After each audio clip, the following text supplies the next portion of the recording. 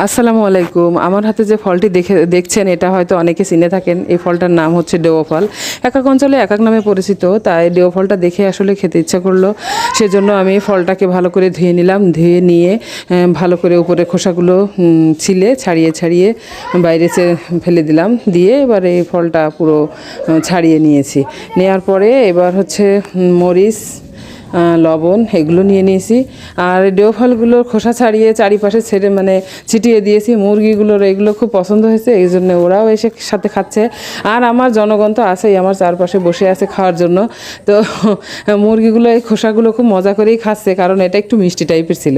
তো যাই হোক, সরিষার তেল দিয়ে, লবণ দিয়ে, মরিচ দিয়ে ডেও ফলটা ভালো করে মজা করে মাখিয়ে চটকে চটকে মাখিয়ে নিলাম।